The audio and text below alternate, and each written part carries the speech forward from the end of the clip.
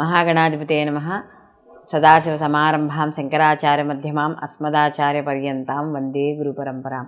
శ్రీమాత్రే నమః. ప్రేక్షకులందరికీ స్వాగతం.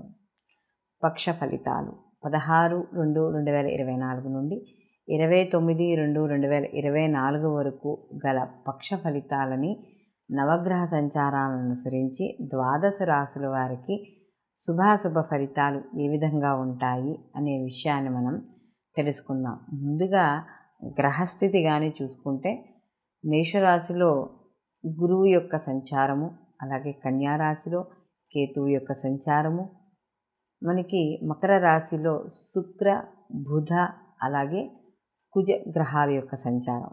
బుధుడు మనకి ఫిబ్రవరి 20వ తేదీ నుండి మకరం నుండి కుంభరాశిలోకి ఆయన మార్పు చెందడం అనేది జరుగుతుంది. అలాగే కుంభరాశిలో రవి శని యొక్క గ్రహాల యొక్క కలయిక, అలాగే 20వ తేదీ నుండి కూడా బుధుడు అక్కడ యాడ్ అవ్వడం అనేది జరుగుతుంది. మీనరాశిలో మనకి రాహు యొక్క సంచారము, చంద్రుడు యొక్క పక్ష ప్రారంభంలో మేషరాశిలో ఈయన యొక్క సంచారం మొదలయ్యి ఆయన ఈ యొక్క పక్షాంతానికి అంటే మనకి ఈ యొక్క 29వ తారీఖు కల్లా తులారాశిలోకి ఈయన ప్రవేశం అనేది అంటే ఆయన సంచారం అనేది జరుగుతోంది. కాబట్టి ఈ 15 రోజులు కూడా ఈ నవగ్రహ సంచారాలు ఏవైతే ఉన్నాయో వీటి యొక్క స్థితి వీక్షణ యొక్క సంచారాన్ని అనుసరించి ఈ యొక్క ద్వాదశ రాశుల వారికి కూడా వారికి యొక్క శుభాశుభ ఫలితాలు అనేది ఉండడం అనేది జరుగుతుంది. కాబట్టి అసలు ఈ ద్వాదశ రాశుల వారికి ఎలా ఉండబోతోంది అనే విషయాన్ని ఇప్పుడు మనం తెలుసుకుందాం. వృషభ రాశిలోకి కృత్తిక మనకి 2, 3, 4 పాదాలు, అలాగే రోహిణి 1, 2, 3, 4 పాదాలు, మృగశిర 1, 2 పాదాలు వృషభ రాశిలోకి వస్తాయి. వృషభ రాశి వారికి కానీ చూసుకున్నప్పుడు వీళ్ళకి పశ్చిమ స్థానంలో కేతు యొక్క సంచారము, అలాగే వీళ్ళకి ఈ యొక్క నవమ స్థానంలో శుక్రుడు యొక్క సంచారము, అలాగే బుధుడు, ఇవన్నీ కూడా వీళ్ళకి కొంత అనుకూలమైన ఫలితాలను ఇవ్వడం అనేది జరుగుతోంది. అలాగే వీళ్ళకి కాస్త ఎక్కువగా ఆధ్యాత్మిక కార్యక్రమాల్లో పాల్గొనడము, లేదా తీర్థయాత్రలు, గురువులను సందర్శించడము, లేకపోతే ఏదైనా ఉపదేశ పరంగా తీసుకోవాలనుకోవడం ఆలోచనలు రావడం, ఇలాంటివన్నీ కూడా వీళ్ళకి జరుగుతూ ఉంటాయి. శుభ కార్యక్రమాలు, ఆధ్యాత్మిక కార్యక్రమాలకై వీళ్ళు ఖర్చు చేయడం అనేది జరుగుతుంది. అలాగే వీళ్ళకి ఎప్పుడైతే రవి కూడా వీళ్ళకి మార్పు చెందుతాడో, వీళ్ళకి ఈ దశమంలోకి ఎప్పుడైతే రవి మార్పు చెందాడో ఎక్కడ కూడా రాజకీయ నాయకులకి అనుకూలంగా ఉండడం, అలాగే ప్రభుత్వ పరంగా వీళ్ళు మద్దతులు లేదా ప్రభుత్వ పరంగా ఏదైనా ఆర్థికంగా వీళ్ళు లాభ పొందాలనుకున్న వాళ్ళకి లాభ పొందడము, అలాగే కాస్త కార్యక్రమాల్లో జయం సంపాదించడం అంటే కార్యక్రమాల్లో విజయం సాధించడం అనేది జరుగుతుంది.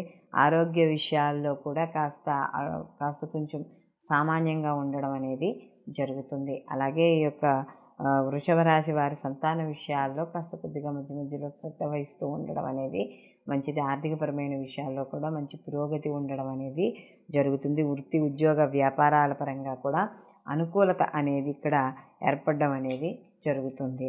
అలాగే ఈ యొక్క ఏదైతే కుజుని యొక్క మార్పు ఏదైతే ఉందో వీళ్ళకి నవమ స్థానంలో కాస్త చిన్న వాదనలకు దూరంగా ఉండడం అనేది మంచిది.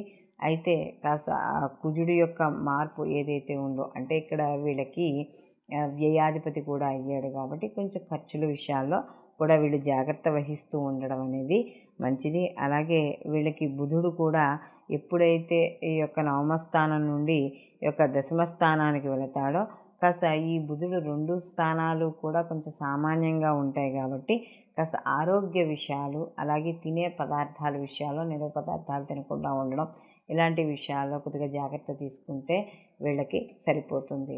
అలాగే కాస్త వాహన సౌఖ్యాలు ఇలాంటివి కూడా ఏర్పడే అవకాశం అనేది ఇక్కడ కనబడుతోంది. మొత్తం మీద ఈ రాశి వారికి కానీ చూసుకున్నప్పుడు వీళ్ళకి అన్ని రకాల పరంగాను కొంత అంటే వృత్తి ఉద్యోగ వ్యాపారాల పరంగాను, విద్యార్థులకు, వివాహం కాని స్త్రీ పురుషులు ఉంటే వాళ్ళకు వీళ్ళందరికీ కూడా కాస్త అనుకూలమైన వార్తలే వింటూ ఉండడం అనేది జరుగుతూ ఉంటుంది. అయితే మధ్యలో వచ్చే చిన్న మనస్పర్ధలు కానీ ఆటంకాలు కానీ అవి మీ యొక్క పనులకి పెద్దగా ఇబ్బంది పెట్టవు అని చెప్పవచ్చు. వీళ్ళు మరిన్ని మంచి ఫలితాలు పొందడానికి వీళ్ళు ప్రతి నిత్యము కూడా దత్త చరిత్ర పారాయణ చేసుకుంటూ ఉండడం, కనకదార స్తోత్రాన్ని పారాయణ చేయడం ద్వారా మరిన్ని మంచి ఫలితాలు పొందడం అనేది జరుగుతుంది. మనం ఇప్పుడు ఈ పక్ష ఫలితాల్లో భాగంగా ద్వాదశ రాశుల వారికి, ఒక్క రాశి వారికి, ఒక్కొక్కరికి ఏ రాశి వాళ్ళకి ఏ విధంగా ఉంటుంది, వీళ్ళ వృత్తి, ఉద్యోగం, వ్యాపారం, వివాహం, సంతానం, అలాగే వీళ్ళ యొక్క మానసిక స్థితిగతులు కావచ్చు, లేకపోతే ఆర్థిక స్థితిగతులు కావచ్చు, వ్యాపారంలో జీవిత భాగస్వామ్యం, అలాగే భాగస్వామి వ్యాపారము, ఇలా మనం వీటి అన్నిటి గురించి కూడా మనం చర్చించుకోవడం అనేది జరిగింది. ఎందుకంటే ఈ 15 రోజులు అంటే ఈ పక్ష ఫలితాలు ఏవైతే ఉన్నాయో ఈ యొక్క సమయాన్ని అంటే ఈ 15 రోజుల సమయంలో కూడా ఏ రాశి వాళ్ళు ఎటువంటి ఫలితాలు పొందుతారు, ఎటువంటి పనులు చేయొచ్చు, ఎటువంటి పనులు చేయకూడదు అనే విషయాన్ని మనం తెలుసుకోవడం అనేది జరుగుతుంది. అయితే ఇందులో ప్రత్యేకంగా ఏవైనా కొత్తగా పనులు చేపట్టాలి అంటే కొత్తగా ఏదైనా ఒక జీవితంలో ఒక మార్పు తెచ్చుకోవాలి,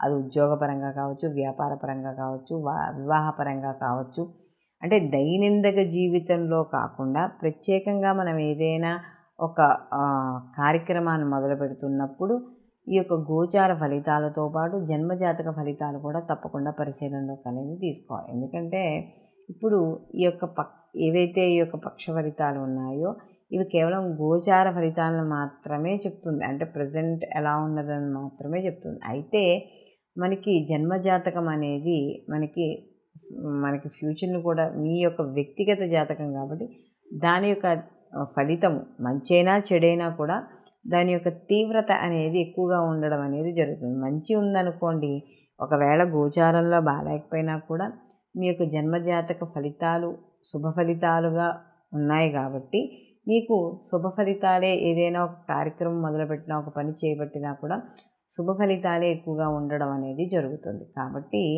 మనం తప్పనిసరిగా గోచార ఫలితాలతో పాటు వ్యక్తిగత జాతక పరిశీలన కూడా చాలా అవసరం అనేది మనకి ఇక్కడ తెలుసుకోవాలి.